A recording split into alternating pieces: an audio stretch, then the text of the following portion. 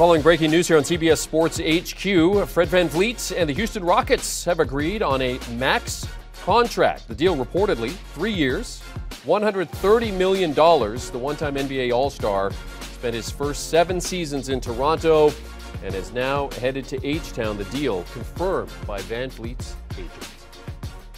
All right, so let's bring in the coach Avery Johnson and writer Colin Ward-Henninger for a reaction to this. Coach, I'll come to you first here. Colin, you can follow your reaction to VanVleet joining the Rockets.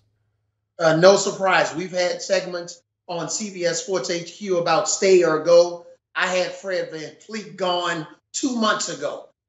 He was never going back to Toronto. He needed a fresh start. This was the perfect fit and landing spot for Fred VanVleet, especially with a new coach. Obviously, a coach who he had some battles with, Ime Udoka, when one was at Boston and he was at Toronto.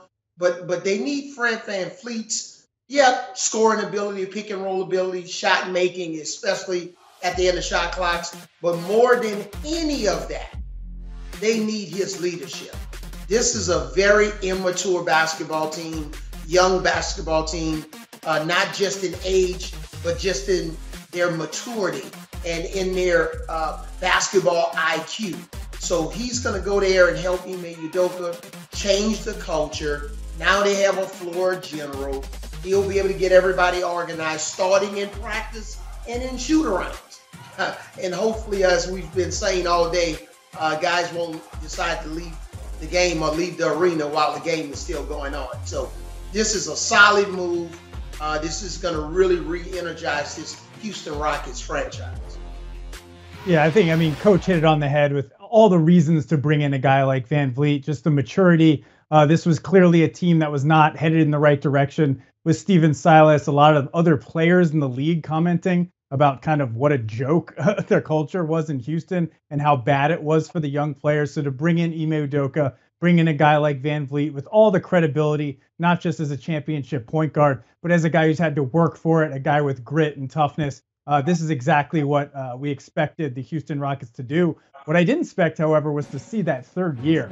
I think all the reporting heading into free agency was that VanVleet was going to sign a max deal for 2 years. So to get that third year with $130 million, that's a great job by VanVleet's agent and just a huge payday for a player who is really started from nothing, right? He wasn't heralded coming into the league, worked his way into this position to be a veteran who a team like Houston with cap space would say, hey, look, we are willing to, pay, perhaps even overpay for you because we want you to come in and help change our culture. So just a big nod of confidence to Fred VanVleet, not only for what he does on the court, but what he does off the court as well.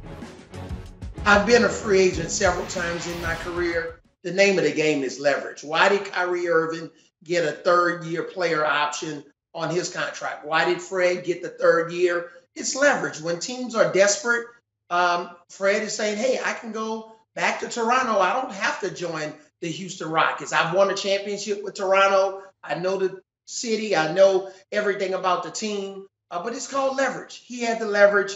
The Rockets had to give in, and that's why you see this third year. Largest contract for an undrafted player in NBA history. So, Coach, just kind of following on that, I mean, what else do the Rockets need to do now that they've got the floor general, they've got the maturity, they've got some of that leadership? Any other moves that you're expecting from the Rockets? Well, in terms of the money situation, I would love to see Brook Lopez land with the Rockets, another NBA champion from the Milwaukee Bucks. Guy who's played an extremely long time in his career. He's transformed his game. When I coached him when he was with Brooklyn and New Jersey Nets back then before they moved to Brooklyn, he was primarily a post-up player, left shoulder jump hook guy. He always did a nice job of defending the basket, and he continues to do so. But boy, he's added that three-point weapon to his game. Trail threes, not just a pick and roll player anymore, pick and pop guy. Man, if you can allow Brook to anchor your defense and with his new skill set, the way he's transformed his game, and now you add a Fred VanVleet, man, this could potentially be a 7 or 8 seed next year if those young guys like the Jabari Smiths of the world continue to get better. Yeah, I mean, Brook Lopez would be huge. Like that would be a huge get for them just because of his presence in the middle. Coach talked about it.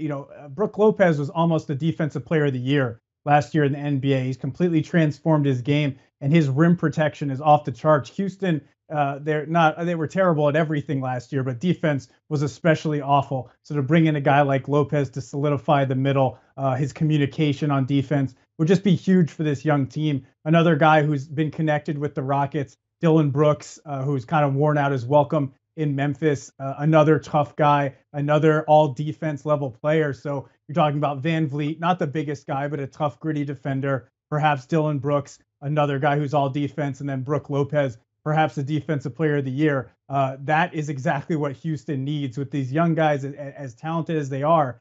Generally, young players aren't great at defense. Bring in these defenders and as mentors in terms of leadership would be a great next step for the Houston Rockets. A couple of good moves still out there potentially for the Rockets, but they have their floor general in Fred VanVleet. Colin Ward-Henninger and the coach Avery Johnson joining us, giving us their reaction to VanVleet signing a 3-year, $130 million deal with the Rockets. As mentioned, it's the largest ever deal for an undrafted player in VanVleet. When you take a look at the largest contracts by undrafted players in NBA history, he's got 2 of the 4. Duncan Robinson had a $90 million deal, and then Lou Dort at $82.5 million. But VanVleet tops the list today.